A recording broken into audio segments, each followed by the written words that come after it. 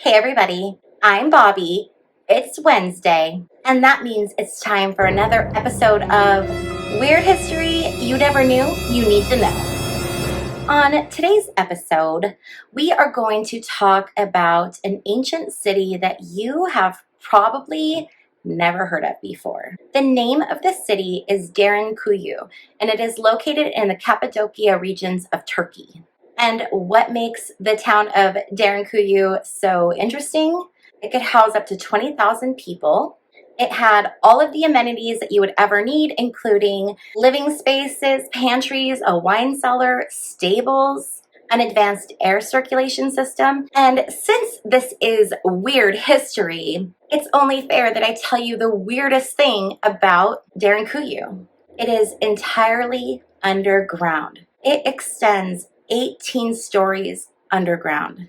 According to archaeologists at the Turkish Department of Culture, the first gallery of this underground city was supposedly dug out or excavated between the 8th and 7th centuries BC. However, there has been evidence found that suggests that these caves in this underground city could be much older. Before we get too far in today's video, I wanted to remind you to hit the thumbs up button if you like this kind of content, and also don't forget to subscribe if you have not already. Okay, back to the video. So there's no definitive answer of exactly when Derinkuyu was created, when it was excavated. And before we actually get into that, let's talk a little bit about the geology of the area. So this area had been ripe with volcanic activity. And all of this volcanic activity created a type of stone, and it's a softer stone, and it would come out of the ground. It was easily carvable, and it would create these natural formations that were referred to as fairy chimneys. And I believe what this is called is like tuff, but it's this just like natural rock formation that comes from volcanic activity, volcanic materials, and it completely covered this area.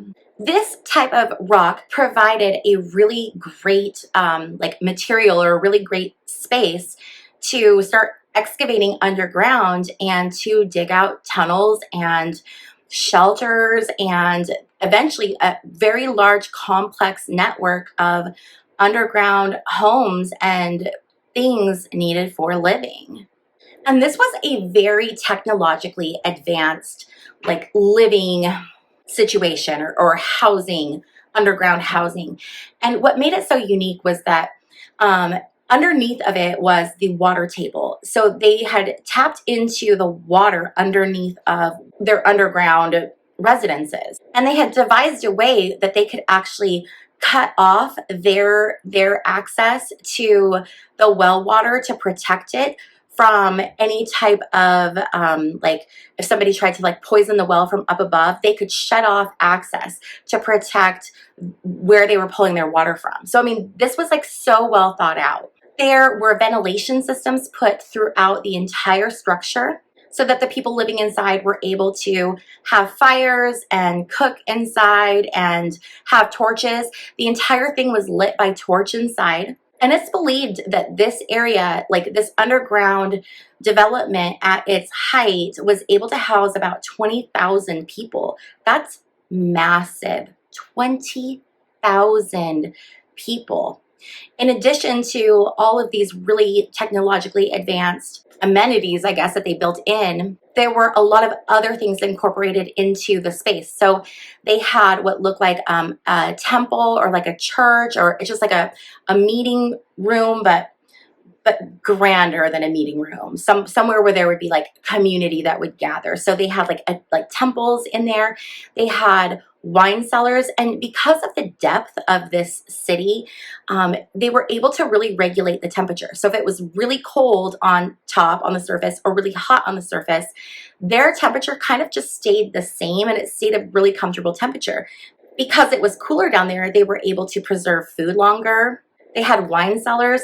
They had an area where they would actually make wine in this area. And then the most amazing thing were the stables. They had huge stables for a tremendous amount of livestock and animals. So the belief that is that's widely spread about this city, this Derinkuyu, is that it was originally created by the Phrygian tribe between the 8th and 7th centuries BC. At the time, these people were the foremost architects of the Iron Age. So, obviously they would have had the ability to dig out these tunnels in the stone and create this. There's also some stories or some thoughts that it could have also been created by Persians. There's another group of people, but those are not as well believed as this idea that it was created by the Phrygians. And why would the Phrygians have created this? So the idea is that when the Phrygians had conflicts with other groups of people or tribes or whatever coming into the area, whenever there would be war, this would be a safe place for the soldiers to run and hide to avoid, being killed by the enemy. And inside of these caverns, they had these very large stones that were just shaped in a very large circle, and they had a notch on one side on the inside, and there would be a locking stone that could fit into the round stone, and they could use that to push that stone and kind of roll it in place as a door for security. And these large stones were also carved out of the same material that the entire structure was carved out of. So the story is that the Phrygians were able to, lock themselves in. After the Phrygians were done using the city of Derinkuyu, it was then often used by early Christians to hide from persecution from the Romans. Then during the Arab-Byzantine Wars between 780 BC, or excuse me, AD and 1180 AD, Derinkuyu was used as a safe place for Arab Muslims to hide. So Derinkuyu has been used throughout time for many different purposes. And the interesting way that it was discovered, and this is probably one of the weirdest things, is that people forgot that it was there. It hadn't been used, and no one knew that this underground city existed. And there was a family who lived in Cappadocia, and they were doing some renovations on their house. And I believe that they thought an animal or something had gotten behind a wall that was kind of like a basement foundational wall. And so they pulled down that wall to kind of deal with whatever was happening behind the wall. And what they found was an entrance to this underground city. Could you imagine you're doing renovations on your home and then you discover an ancient underground town that goes 75 meters underground and has like living spaces and kitchens and bathrooms and bedrooms? And I could not imagine. After Derinkuyu was rediscovered, it actually led them to finding many, many more of these cities. So there are 36 underground cities that are similar to Derinkuyu, and there are an additional, I believe, 250 underground cities that are only 2 stories high. So if you count the underground cities that are like 2 stories low, but if you counted the ones that are even like 2 stories, you're looking at about 250 towns. And they also discovered that there were intricate tunnels that were dug out underground that connected these cities. So from Derinkuyu to the next closest city, it was about 5 miles. And there is a tunnel that goes from Derinkuyu to the next city. So people were able to go back and forth. Derinkuyu is just this amazingly advanced and well thought out underground living complex. And when I look at it, it really reminds me of something like the Cheyenne Mountain Complex, something where it was created to keep a lot of people safe, right? I mean, that's what it seems like. But it seems odd to me that such an intricate, well thought out system for underground living with connected tunnels to other cities, it seems odd to me that all of that would be needed for armies that are hiding or people that are hiding from persecution. It just seems like a lot. According to the origin story, The Phrygians created this for armies to hide. So why would they need extensive stables? I mean, I could see for some of their horses and things like that, but this was like way bigger, a way bigger space than even what an army would need for keeping animals underground. And I don't know about you, but I don't know too many armies that need a wine cellar or an area that looks like a temple that's designated for, spiritual practice. So the question is it possible that Derinkuyu existed prior to the Phrygians? And the real true answer is maybe, probably, very, very possibly. When you buy a house, unless you've just built your house, there have been other people who've lived in your house before you. So just because you lived in your house doesn't mean that there weren't other people who lived in your house first. And that's kind of the same analogy with the Phrygians. Just because they were there and we know that they were there does not mean that the house didn't exist prior to their using it. And some of the obvious signs that kind of point to this is they talk about the 5-foot wide stone locking doors that roll out and that will lock in place. Okay, so that seems like it would be a massive barrier, right? There's no way, it's a smooth surface. There's no way from the outside for people to get in. But remember, this stone that this entire area is created is soft. It's easily carvable and it easily breaks. So if an army were to want to find and attack the Phrygian people that are in this complex, all they have to do is get hammers and they can break through those doors. Those doors are not going to stop a military. Another thought is, why would an army go underground? Because if they were discovered, all their enemies would have to do would be to seal off the entrances and then just wait for them to starve to death. So the thought that this area was built for this purpose just doesn't make a lot of sense. The other interesting thing is at the time of the Phrygians, that area, it was undeveloped. It didn't have resources on it. When there are wars, groups of people are coming in to gain resources. They're going to come in and they're going to occupy land that has already been developed, that already has resources. That's where they're going to start. They're not going to go out into the middle of nowhere, which is where Derinkuyu was, to fight a battle for land that they weren't going to want. So when you start really looking at the story that we've been given of how and why Derinkuyu exists, it does not add up. So you have to do a little more digging. And that is exactly what some archaeologists did. And about a mile away from Derinkuyu, there was, in a nearby riverbed, ancient tools were found, stone tools and hand axes, and these were dated back to 9,500 BC. That is a lot earlier than 800 to 700 BC. That is the end of the last ice age. A simple examination into Derinkuyu allowed these archaeologists and different scientists to determine that the tools that were found in the riverbed would make the exact same marks that were made in the carving out of Derinkuyu. They were able to see that the tools that they had found would have been tools that would have or could have been used, and most likely were used, based on the markings in the wall of how it was carved out.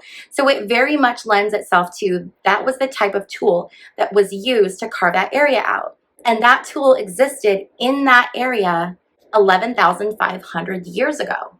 So then that begs the question, why would an advanced underground city be needed in 9,500 BC?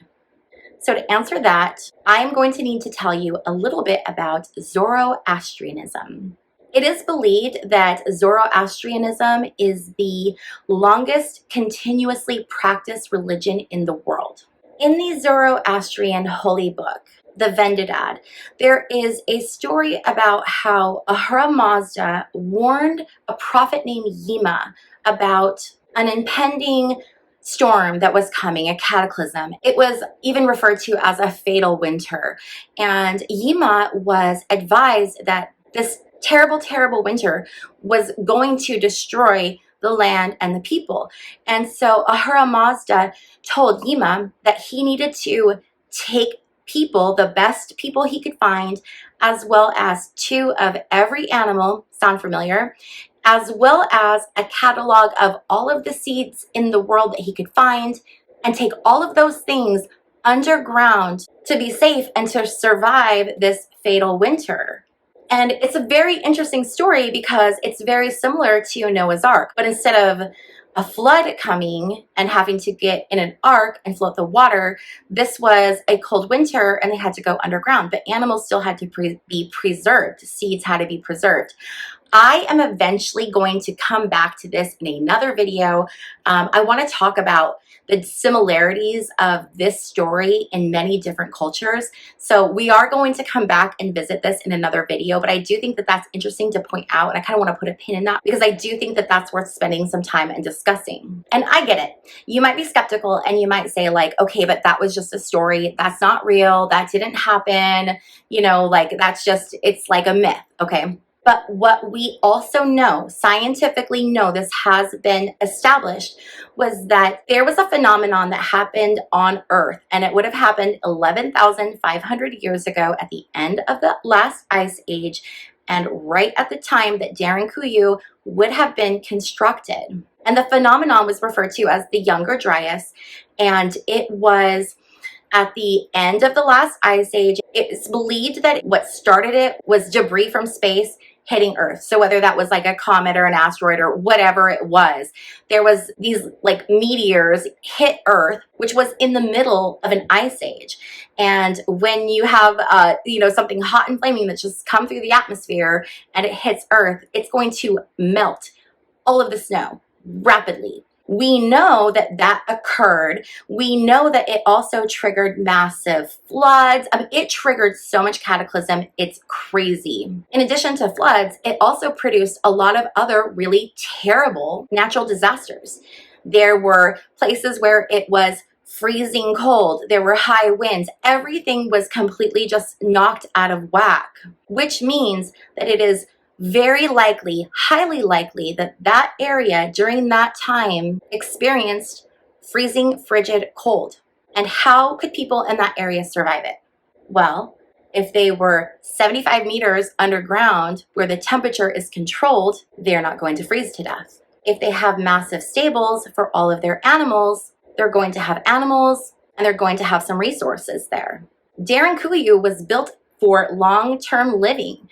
So it is very likely that people could have lived underground in this bunker very safely and comfortably for a very long time until the end of the Younger Dryas, when they were able to come back out and emerge and resume life on the surface. So what do you guys think? Do you guys think that it's possible that Derinkuyu could be 11,500 years old and could have been the ancient underground story that is in the Vendidad, which is a holy book for the Zoroastrian religion that has been around for a very long time? Or do you think it was built by the Phrygians? I really want to know. Let me know down in the comment section down below. I would love to have a conversation about this. Remember to always be kind to one another down in the comment section down below. I hope you guys enjoyed learning about Derinkuyu on Weird History You Never Knew You Need to Know.